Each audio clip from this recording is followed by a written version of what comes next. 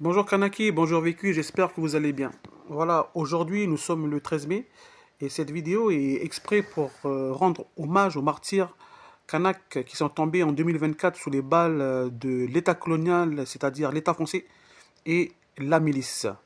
Voilà, vous avez ces photos-là de ces personnes qui sont tombées l'année dernière, hein, depuis le 13 mai. C'est une jeunesse qui s'est fait tuer lâchement par des milices pour tout simplement qu'ils étaient en train de se révolter pour le nom déjà du corps électoral et oui à la pleine souveraineté de leur pays.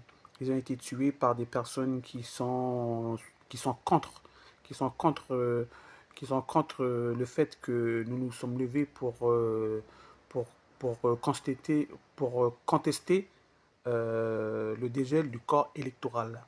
Voilà. Vous avez des photos aussi qui sont juste à côté des personnes que vous voyez là. Nous avons Monsieur Pierre Declercq, nous avons Ataï, nous avons Nounou Ataï, nous avons Nounou Helwa, nous avons Nounou Chibaou, nous avons tous les frères là qui sont là, voilà, les vieux Yéyé, les vieux Djoubeli. Hein. Toutes ces personnes-là sont tombées sont tombées tout simplement car ils étaient en train de se battre tout simplement pour la liberté d'un peuple kanak. La liberté d'un peuple autochtone qui demande tout simplement son émancipation à l'international. Voilà, tout clair.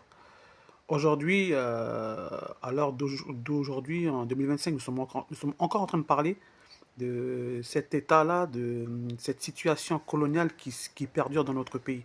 Et c'est tout simplement pas possible, car beaucoup de pays se sont émancipés à la liberté, et nous, nous sommes encore emprisonnés avec un système capitaliste colonialiste qui perdure dans notre pays. Donc c'est pour cela que l'année dernière, il y a eu une révolte du peuple kanak pour le nom déjà du corps électoral, pour le nom déjà du corps électoral, parce qu'on sentait tout simplement que c'était une autre façon que le colon voulait coloniser notre pays et garder le pouvoir pour eux-mêmes. Parce que nous savons que depuis 1853, 1878, 1984, 1988, 1989, eh bien, il y a beaucoup de personnes qui se sont levées pour la lutte du peuple kanak. Et toutes ces personnes-là ont été soit emprisonnées, soit tuées.